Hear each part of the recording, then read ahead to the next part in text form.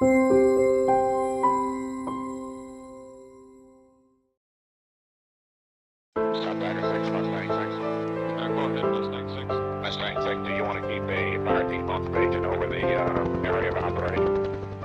put your life on the line for your country and your ideals is telling of character. It speaks to integrity, it speaks to courage, it speaks to duty, it speaks to honor. Millions have served in the U.S. military, many of them heroes. This is the story of one such hero, Captain Scott Alwin, and the valiant men of the Army's 68th Assault Helicopter Company with whom he flew during the Vietnam War. And that's a good job today, Tigers. We worked hard and long. It's a good job.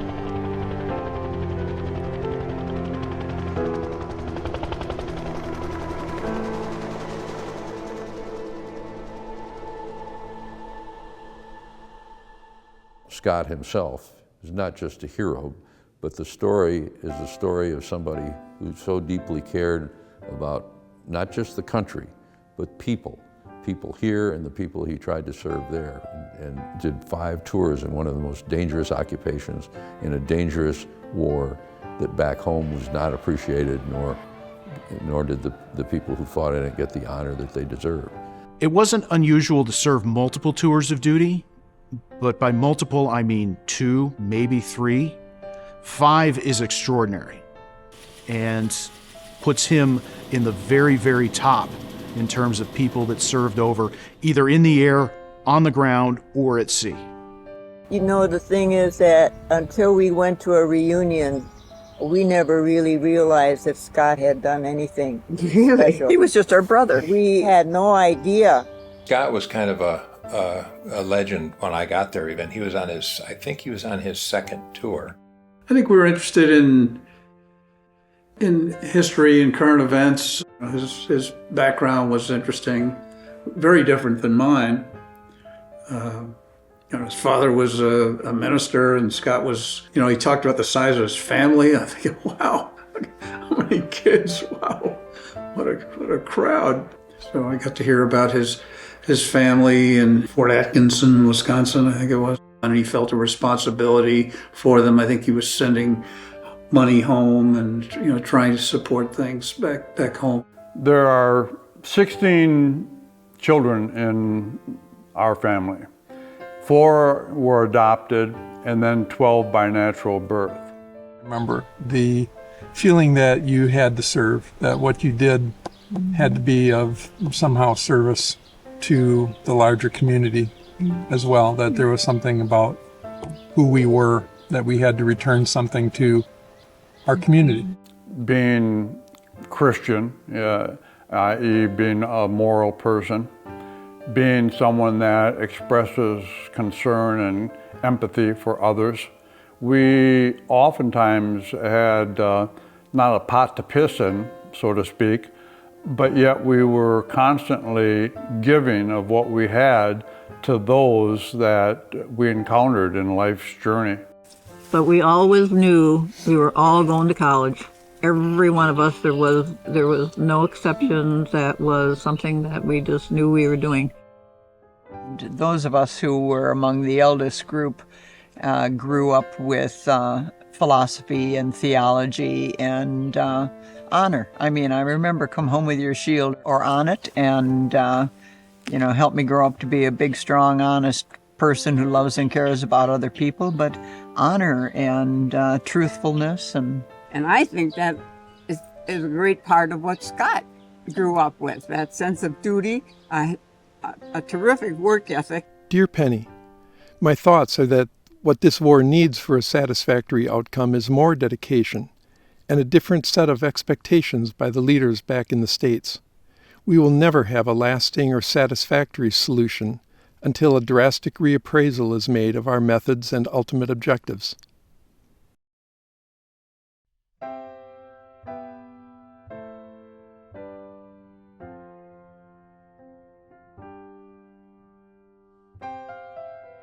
I don't think he saw it in a political way, which I think sustained his desire to continue to be there while all of that inhumanity and that injustice and stuff continued to happen.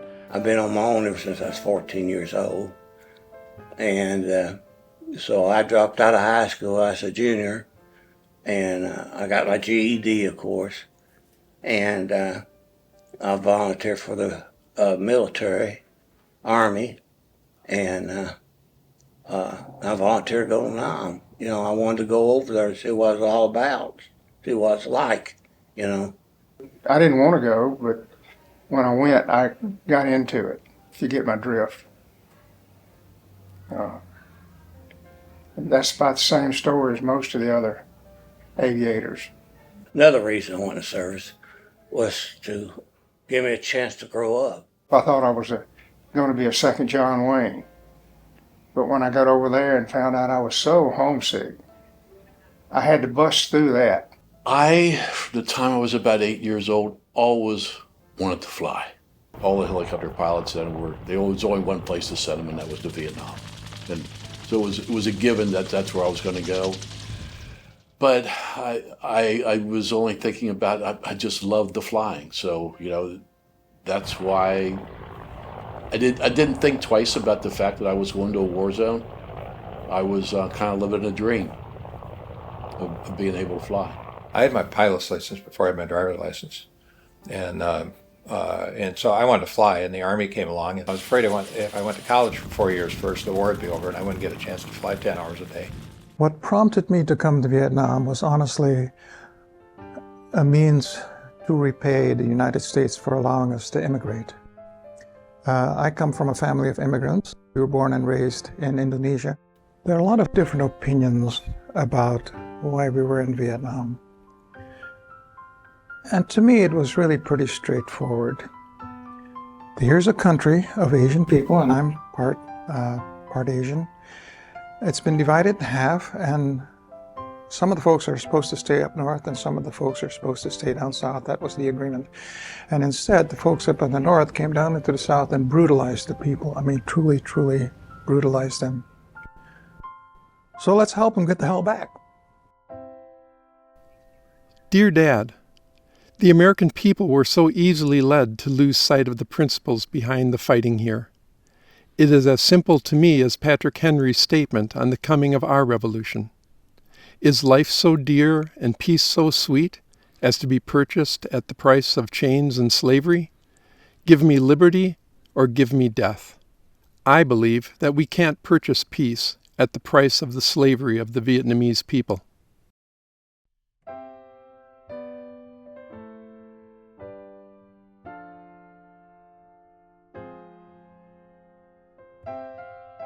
When we think about troops out in the field in Vietnam, and often your only connection to the outside world, besides the radio that you have, is the helicopter, either bringing in mail, bringing in supplies, taking out wounded, but also the gunships flying air support as well. So we flew in the 68th Assault Helicopter Company. We got tasked to lift infantry units into the combat zones where they would go and do search and destroy missions or whatever. So we had 10 helicopters going and load up with 6 guys in each helicopter, and we'd fly out 10 helicopters, land in a landing zone. Gunships would be circling on both sides to protect us, and maybe a smoke ship, which I flew later, would fly down the landing zone and occlude the landing zone so that you couldn't see from the tree line to the guys landing, because the bad guys could be shooting at the helicopters when they set down and troops were getting out. There were 2 things about the Huey that I distinctly remember: that whop, whop, whop sound of the rotor blades and the smell of JP4 engine fuel. When you can sit on the ground and pull up on this collective and lift into the air and just start fly away, it's like a magic carpet. Slick platoons have machine guns on them, and these are capable of 400 rounds per minute, 500 rounds per minute, but they're primarily used for defensive purposes. So if you run into the trouble in a slick helicopter, the protocol is shoot your way out and get away. Then call the gunships and they'll come back and take care of the trouble you got into. We should never forget, when we think about aviators pre about 1980, that much of what they're doing is pioneering. And those types of personalities tend to like to live on the edge, tend to push barriers, willing to push the envelope, willing to do what it takes, willing to cut through red tape if necessary, willing to focus on what needs done, but also focus on what could be done better. Scott was a very, very aggressive attack pilot, and he had total confidence in his ability how to manage the helicopter. And I did too. Whenever we flew with Scott, we knew that he could fly the helicopter as it's supposed to be flown. Some of us say that helicopters don't really fly, the earth rejects them. In fact, you don't have to shoot the pilot, you just have to hurt the engine or the rotor blade, and everything goes down into a ball of flame. Dear Mrs. Alwin, it was generally thought by most pilots at the time that a tail rotor failure was almost a death sentence, but Scott and I thought otherwise. We developed a low-approach auto-rotation technique that worked very well, and I think the Army adopted this as standard emergency procedure later on. Sincerely, Howard King, Old Mustang 5 and Top Tiger 13. It's a technique that they practice, but it only works if you don't have a lot of weight in it and if you have altitude. So, what if you don't have altitude? Well, if you're going along low and you have speed, airspeed, you can do this. And drop the pitch out of the rotor blades and let this motion keep the thing spinning. And then you put it down. You don't have a lot of time. You don't get to pick where to land. It's just wherever it is. Dear Dad, I have a peculiar feeling that I work better under pressure and that I actually enjoy allowing myself to get into situations where I must call forth every faculty to extricate myself. Maybe it is the forced action where things happen fast and your mind is completely occupied by the challenge.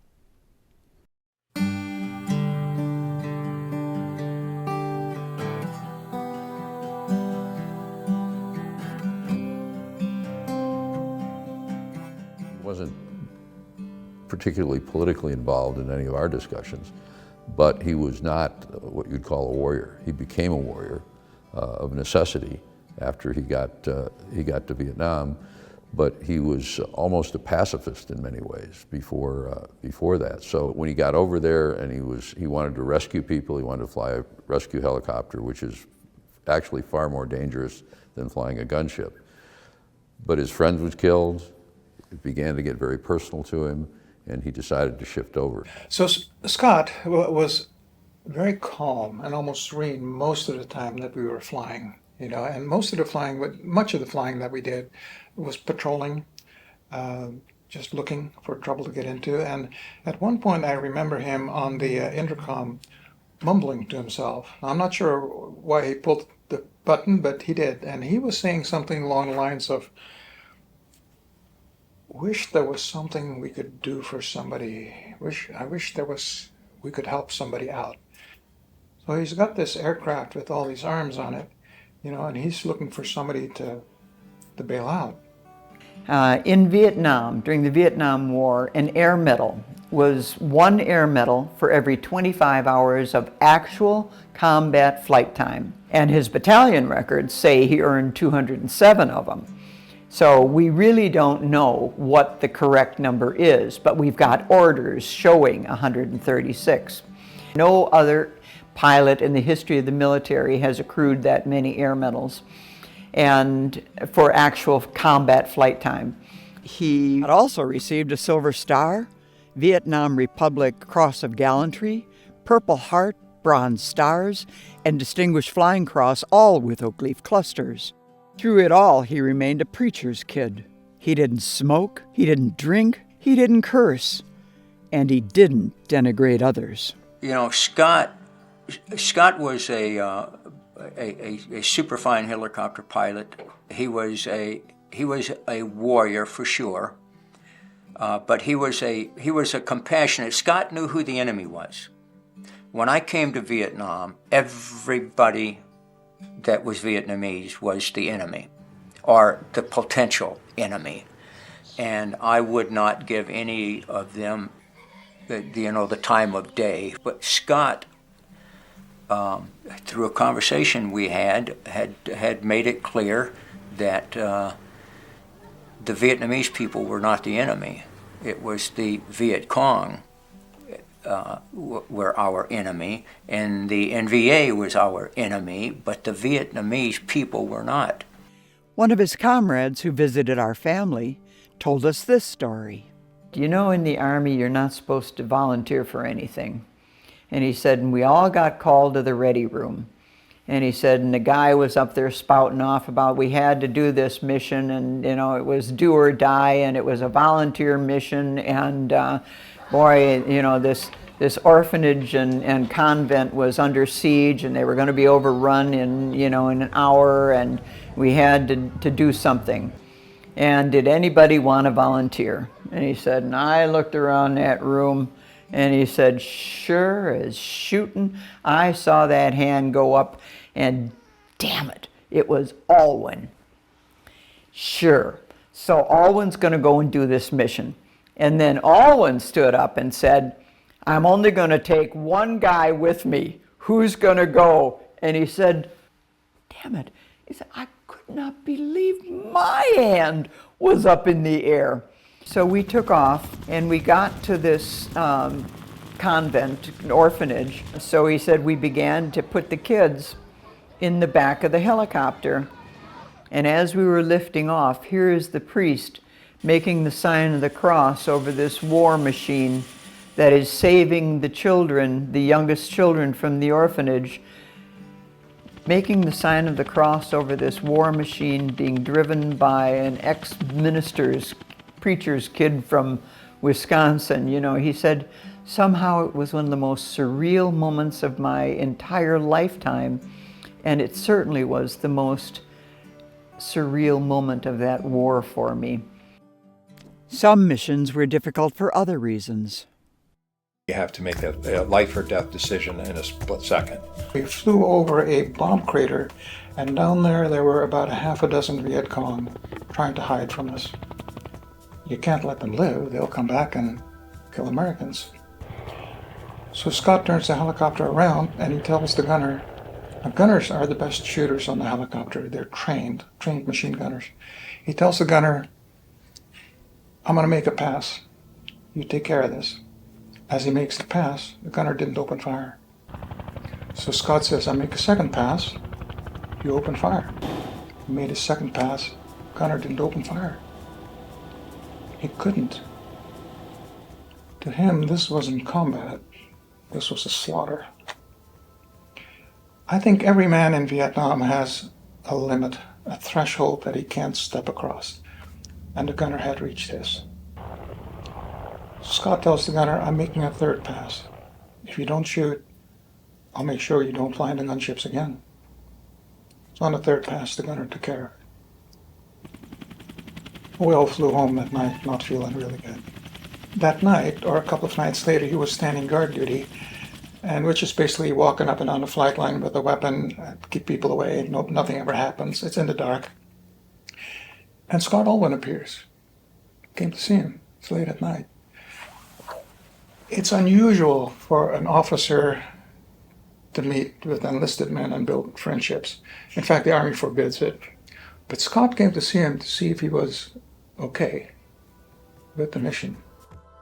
We get there, and it was by the time we get to the unit, it's like 5 o'clock. And they said, the mess hall's right over here, the latrine's out here, those are the barracks, be here in the morning at 7 o'clock for formation. And everybody had to find a place to sleep.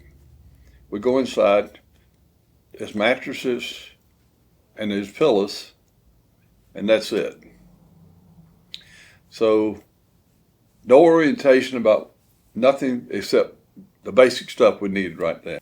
So we're in bed that night, and it was about 1 o'clock in the morning or something, and a siren went off. Well, nobody told us what that meant. So I ran to the first bunker, and it was packed clean full. I see a bunker out there, but it's on the perimeter. I run out there, and I jumped into the bunker right on top of a guy. I had no weapon, nothing. None of my guys had any weapons. So, of course, the guy got mad as hell when I jumped on him, and And he said, grab that weapon right there. He was on the M60, and I got his M16. All of a sudden, they were on a wire. They were coming. And we started. And first time I was baptism of fire first night in country. And there was 16 officers who got killed that night. I was there for the Tet Offensive of 1968, and that was pretty spectacular.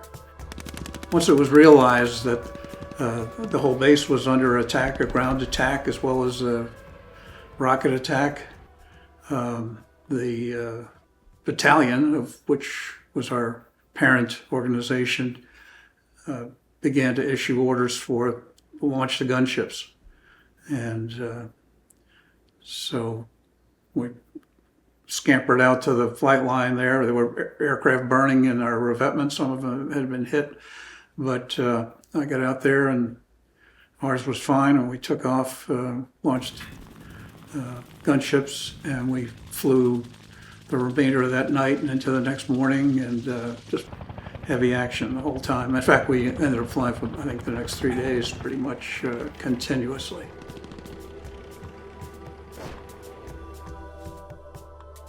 I ran out of the hangar trying to find a place to hide, and it turned out it was an open area. There was no place to hide, and boom, something happened here, and I ran this way and something happened there, and so I just laid down. And where I laid down, there were 2 tire tracks from a truck that had passed through there when I guess it was softer and muddy. I tried to bury myself in those 2 tire tracks. They were only that deep, and I remember praying, not now, I'm not ready, don't take me now, Dear Penny, when anything bad starts on the ground, I get up in the air, and once up there, I'm in my element, and I am free.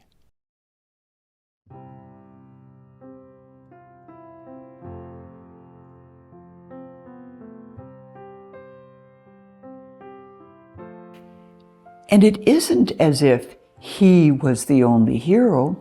These men were also heroes. He didn't do it so that people would talk about him and things like that. And he realized, that there were many people there doing heroic things all the time. Mortar started hitting into the LZ area. And as we landed, our aircraft, they started setting off what was command detonated mines in this LZ. And my aircraft where we had landed was sitting right on top of one of those mines. Blew the aircraft up, killed the aircraft commander, the door gunner and the crew chief were killed, the 6 troops we had on board was killed. I was not. And I've said this many times, there was no reason in the world why I should not have been killed, other than the fact that the good Lord said that was not the day that Dave Holloway was going to die. And I was back flying 3 weeks later. We flew down to Dongtam. We're supporting the 9th Infantry Division. And during a combat assault, had one of the rockets misfired out of our helicopter doing the combat assault prepping the LZ. And it exploded coming out of the tube, and shrapnel came through the cockpit and severed my left foot. And so that sort of ended my aviation career in Vietnam. They wanted to amputate my foot, but I wouldn't let them. One of the guys later told me that he put his hand on his .45. He was standing there while we were arguing, and he said, if he wants his foot attached, you don't cut it off. And so the doc got mad and said, fine. Helicopters are powered by turbine engines, and these turbine engines are very, very sensitive to atmospheric conditions. So in the morning when it's cool and the air is dense, we would have all kinds of power available to us. In the afternoon when the air got hot, it would lose a significant amount of power, to the point where sometimes you couldn't fill the gas tank to the top because that would add too much weight and you couldn't get it off the ground. And so the sense of how much power you have available on any given mission kind of depends on the pilot's touch. So it seems that on that last mission, Scott got the thing going pretty fast, and at the bottom of the dive, when you're supposed to pull up and go back up, the helicopters didn't put enough power, didn't generate enough power to slow the helicopter down, and it just kept right on going into the rice paddy. Fortunately, he straightened out before it hit, so we hit belly first. So we tumbled end over end. Somewhere in there, it launched me out the door. I have no idea what happened to the belt that was supposed to hold me in place. It either broke or it gave way somehow, but it launched me into the rice paddy. The crash was violent enough, my helmet came off my head. My left arm felt like it had been detached. In fact, it was broken. And I think within 30 seconds or so, another helicopter landed about 30 feet away, and the crew chief and the gunner hopped out and came running over here, grabbed me by the shirt, and dragged me to their helicopter, threw me into the back. And I was sitting there on a little stool, and then Scott and the co-pilot, Warrant Officer George Manley, and the gunner came staggering up. They were unhurt, and the helicopter was in pieces sitting over there. They came staggering up, and they stepped into the rescue helicopter. And within a minute or so, we were on our way to the hospital. They put a cast on me, gave me morphine, put me in a bed. And they had this young man, he had me on the gurney, and he put a cloth over my head with a hole so he could stitch up the chin. And I heard a voice. And Scott Alwin had this very, very unique voice. And so I peeked out from underneath the cloth, and over to my left, I could see a man standing there, and I could only see him from the waist down. And he had this holster with a handgun in it, which he wore very low on the hip. And that was Scott. You know, I knew it was him, you know, and he was talking to a doctor, checking up on me to see how I was doing. And spent the night in that hospital, and the next day was medevaced out to Japan for recovery and then home. But I realized also that Scott would probably feel very bad about this. And so I wrote him a letter. You know, I told him, don't worry about this. Don't worry about me. I'm fine. You know, I've enjoyed flying with you. It's been an honor. And you've given me enough to tell my children some stories. They were brothers in a way that was every bit as intimate, every bit as imperative as his brotherhood to me and to my siblings. We were in Florida at the reunion of the 68th, and a gentleman began to tell us stories about Scott, and pretty soon he had tears in his eyes, and he said, I want you to know something that we don't share with everybody. He said, this is a story that should tell you how much your brother meant to all of us. He was kind of a hotshot pilot because he took risks that often other people didn't take. And so occasionally he crashed. And he had crashed twice within a very short period of time. And we got a new XO. And this XO was not a pilot, but he called Scott in and said, you have another crash and you're out of here. You will not fly anymore. And so Scott, you know, took that under advisement, and they went out on a mission 2 weeks later, and he got shot up, and they went down. And true to his word, the new XO called Scott in and said, that's it, Alwin, you're out of here. You're not flying. And that night, every single pilot and co-pilot in the entire 68th walked into that guy's office, took off their wings and put them on the guy's desk and said, if Alwin doesn't fly, we don't fly. And he said, I'll court-martial you. And they said, fine, go ahead, do it, and see how you explain to your boss why no missions are taking off tomorrow. And so the guy relented and gave Scott back his wings and let him fly again. But what the man said was, I'm only telling you this so you understand that we were literally willing to put our lives and careers on the line for your brother, because that's how much we cared. And I said, why did you do that? And he said, because we loved him. Dear Dad, from what I'm told, the VC are offering a reward. 100,000 piastres, for my capture. I'm sure only because they know they'll never have to pay it. I'll continue to be the terror of the skies until I'm safely back home.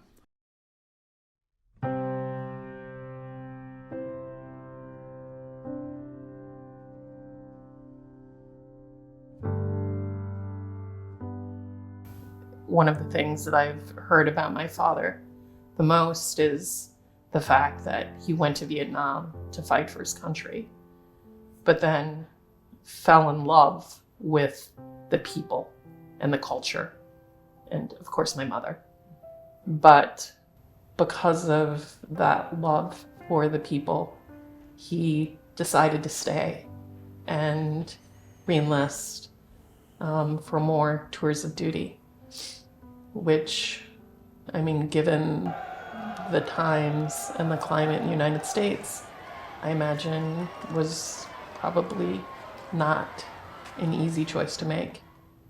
I think that speaks volumes to, the type of person that he was and the values that he held so dear. I met Scott when I was 17. I came to work at the club, 68th Top Tiger Club. They call me a barmaid at that time. I was only 17. I met him there. And many officers like to tease me. And Scott one day witnessed that. And he said, leave her alone. So after that, every night he came to the bar after work, sat right there in the corner where I watched my classes and talked to me. And since then, no one bothered me anymore. So he looked like he's my protector. And that's how I got to like him. And then after the first year, he wanted to marry me, but I said, no, I can't. I have my family here. And we started to date seriously. I still said no. And in 1970, he came to me and he said, this is my last tour. I cannot come back here anymore. If you don't do the paperwork to go home with me, I don't know when I'm going to see you again. And then I know I will lose something precious in my life. So I decided to do the paperwork. And I told my family I'm going to America. Even though I know that they hated to hear that. I know he's a great man. I cannot lose him. When he say I cannot come back anymore, I know that I cannot lose him. That's why I decided to marry him. I think he wanted to, part of the reason he stayed there for 5 years, part of it must have been Tess.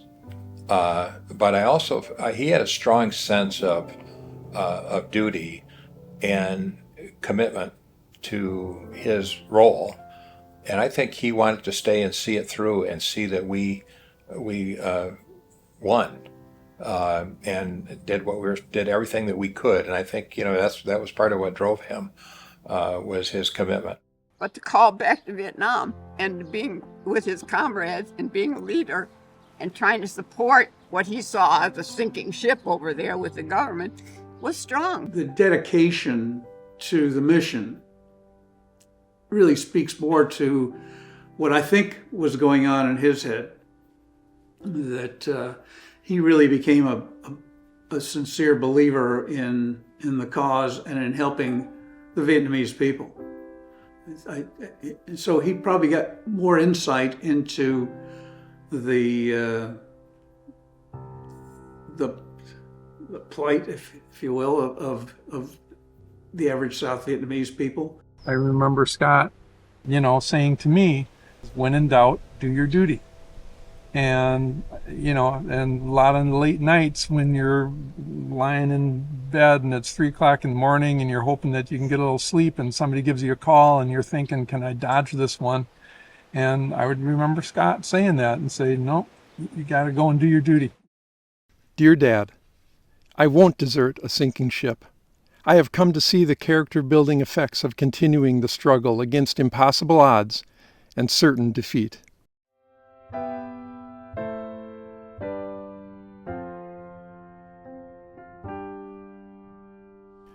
Dear Bob, I would appreciate any help that your office might be able to lend to my eldest son's efforts to bring his Vietnamese wife home with him at the end of his 4th tour of duty in Vietnam. In the entirety of the war, there were only 8,000 war brides brought back to the United States.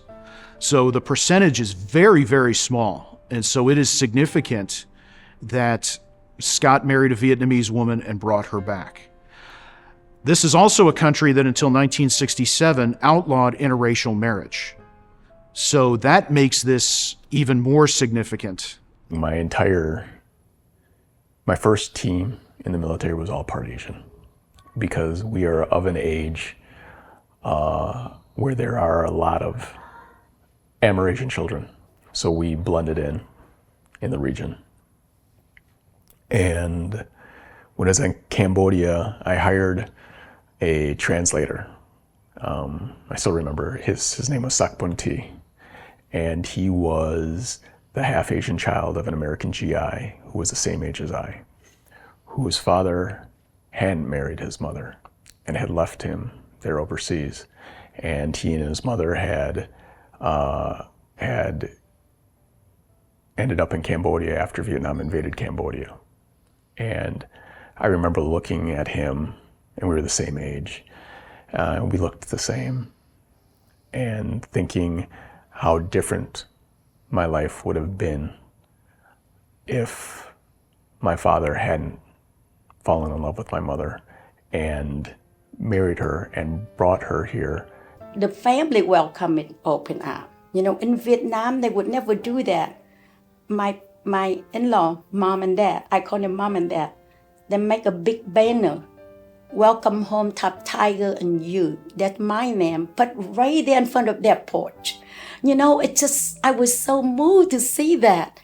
Well, I'm from Hattiesburg, Mississippi, and I was treated with respect. I understand some of the guys went home to other states and didn't fare so well.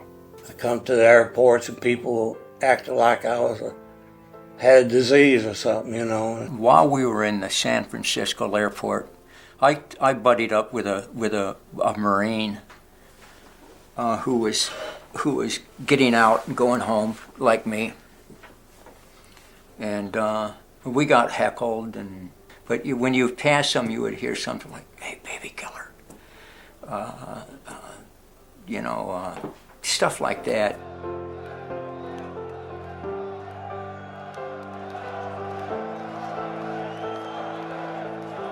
We were being pulled out in order for the President then Nixon, to meet political needs back in the States. I think it was done probably a little too hurriedly. And then, of course, the Paris Peace Accords came about in 1972, and by then we had to have all U.S. forces out of there. I was sorry to see it happen, and I almost had tears in my eyes when I would see the film clips or the newsreels or whatever from Vietnam when they were pulling people out and everything else, and they were flying those Hueys that we loved so much out to those aircraft carriers, and they would get to the point where they didn't have any more room for them on the air, and they were dumping them into the sea. I thought, oh my God, what are you doing? You know, God, we loved those aircraft. The South Vietnamese were really dependent on a lot of promises that were made to support them. All my friends were all Vietnam vets. All of us had done at least 1, 2, some 3 tours over there. So they really felt disappointed, to put it mildly, that all our efforts were being washed away because of the political aspects in the States. But a lot of boys lost their lives, and it was wound up being for nothing. It's sort of like Iraq and Afghanistan.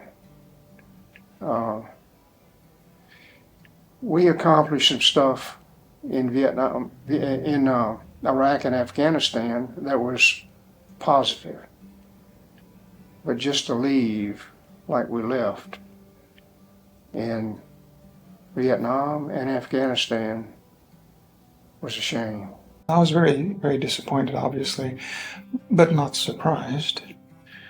You know, part of me feels that militarily we won that war because we depleted their forces sufficiently to where they decided to come to a conference in Paris and sign a peace treaty.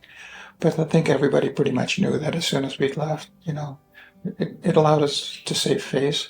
So it was upsetting, but not surprising. I understand Scott took it really, really seriously, took it really, really hard. I mean, to his own detriment, even. I mean, when the U.S. pulled out, we have a copy of this letter. It was a letter that he wrote to the Army or the government, basically decrying the huge mistake it was to leave Vietnam. Dear Sir, it is with deep regret that I find my value to the military much reduced by my inability to support the current actions of our government, particularly in the area of foreign policy. Will our niggardly efforts to rescue our erstwhile allies from Southeast Asia stand in history as part of a tradition of supporting democracy?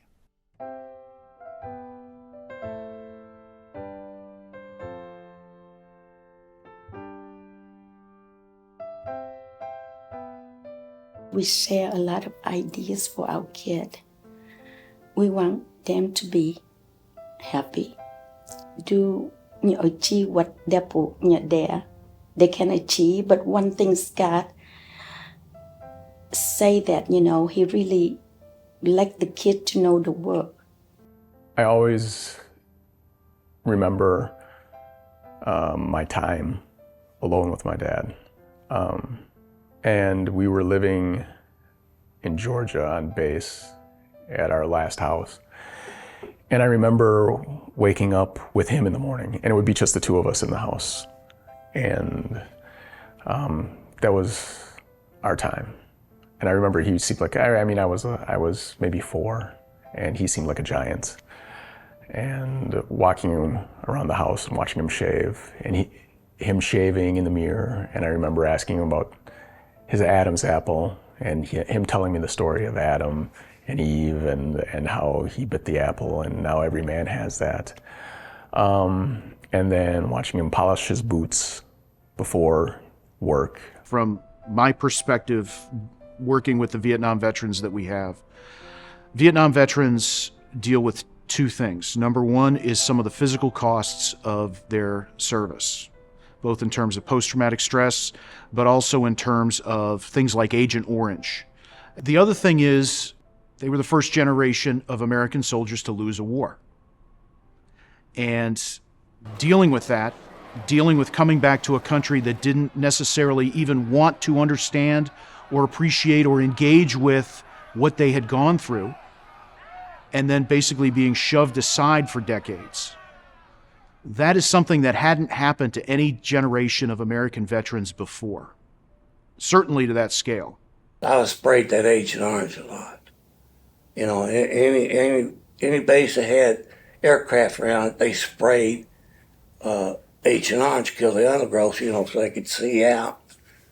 And anyway, I got sprayed with that a lot. And my spine is deteriorating.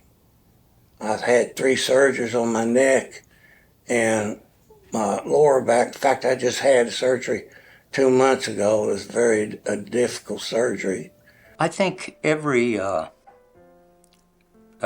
man and woman who has seen combat suffers from post-traumatic stress. When you talk honestly with combat soldiers, you will find out that they all suffer. And they all go to bed at night with visions. So, war is hell. And people pay for it for a long time. A post-traumatic stress is a real demon. I flew into Fort Knox, and I was in a hospital ward, orthopedic hospital ward, with a bunch of combat wounded vets. So I had 6 months to sort of in the hospital to sort of unwind from Vietnam. Or some guys came home to full fight or flight in Vietnam, didn't get wounded, got on a commercial airplane, flew back to Detroit, and went back to the neighborhood or wherever, and there was nobody there to catch them.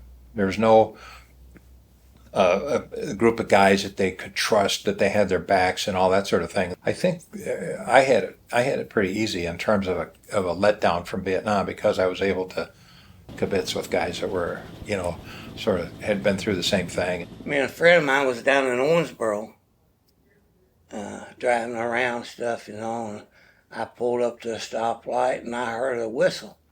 Well, it reminded me of rockets. So I jumped out and hit the blacktop, and because that's one thing that really would scare me, would be rockets or mortar attacks. He was very, very upset and angry, but he came back. And for a while he was in Germany, and then he came back, and they had invited him up to the war college, the new war college that was being established. And they wanted to talk to him about maybe being an instructor or something up there. But at the same time, Proxmire had called and said, hey, there's a congressional seat opening up. Are you interested in perhaps investigating that possibility? His question was whether or not he could actually get into politics and still maintain some sort of honor. He kept saying, man, it's just all about deal making and not about the people. Dear Dad, for the time, all I can do is be the best pilot I can. But when I get back home and finish school, maybe I'll have another crack at this from a higher level up the ladder.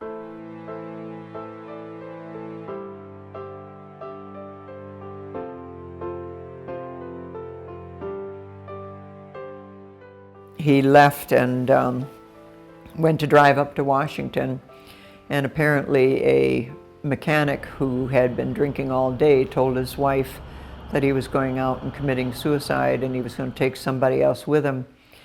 And it was a driving rain, a really pouring rain, and he came up over a big hill on the wrong side, head on into Scott's car.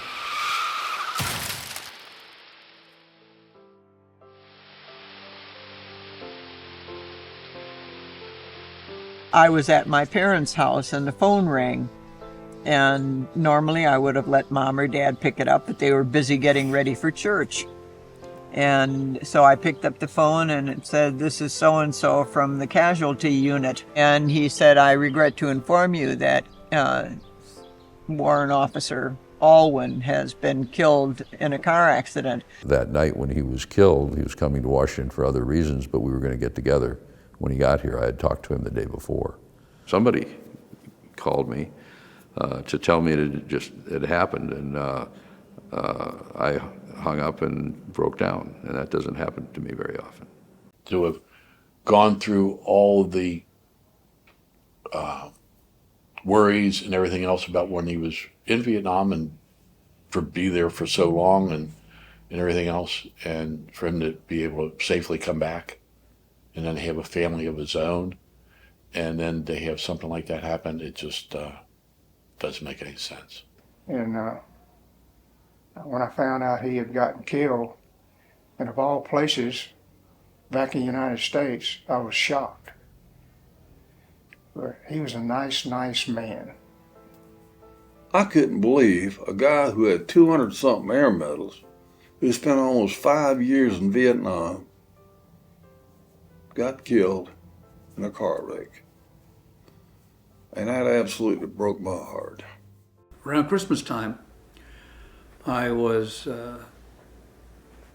checking my mail, opened up the mailbox, and like everybody else around Christmas time, pulled out a bunch of Christmas cards. And sure enough, here was one with an Alwin return address, Fort Atkinson, Wisconsin. I said, wow, this is great. Scott's finally found me. I was just very excited delighted to hear from him, and I ripped open the envelope and pulled out a Christmas card, and upon opening it, saw Tessa's note about, "We are so sad to have, and sad to tell you that Scott was killed in a car accident in June of this year." And I went from being totally thrilled and delighted to being gut punched, all in a matter of a minute. And it just took the breath away from me. I just could not believe it. And of course I got the details about a drunk driver. I thought, oh my God, here's Scott, who was the essence of purity, being killed by that drunk driver.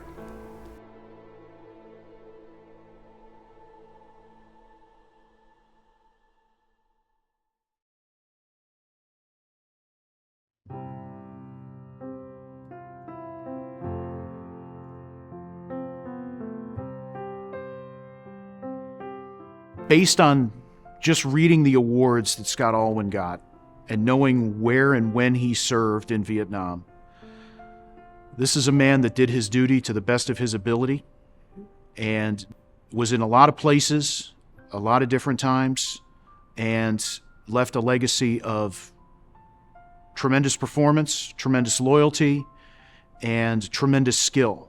He's a great gift from God. I think he gave me a life that I have now. Without him, where would I be? But Scott was my angel. He brought me here and gave me this life. And when he brought me here, he said, you can do whatever you want to do. And because his faith in me, that tell me I could do it, and I cannot disappoint him even though he wasn't here. As a young person, that my father was studying political science. I went to school and I studied political science.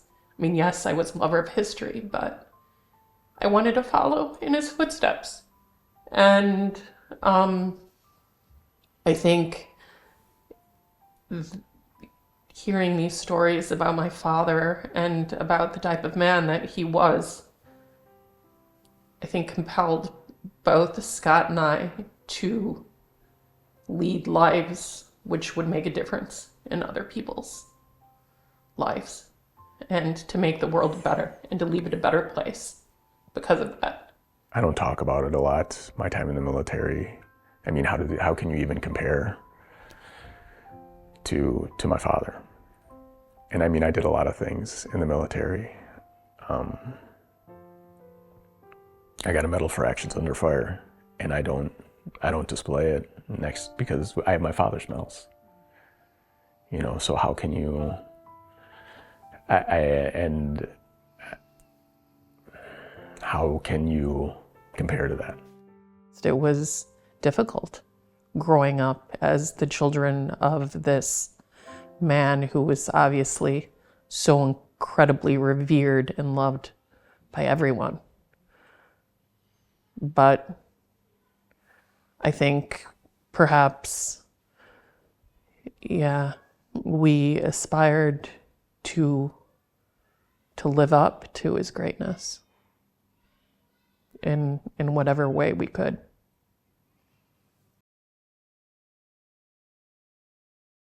Dear Penny, I know that the time will still be ahead when a number of us will work together on something that will reflect a great deal of credit on us all.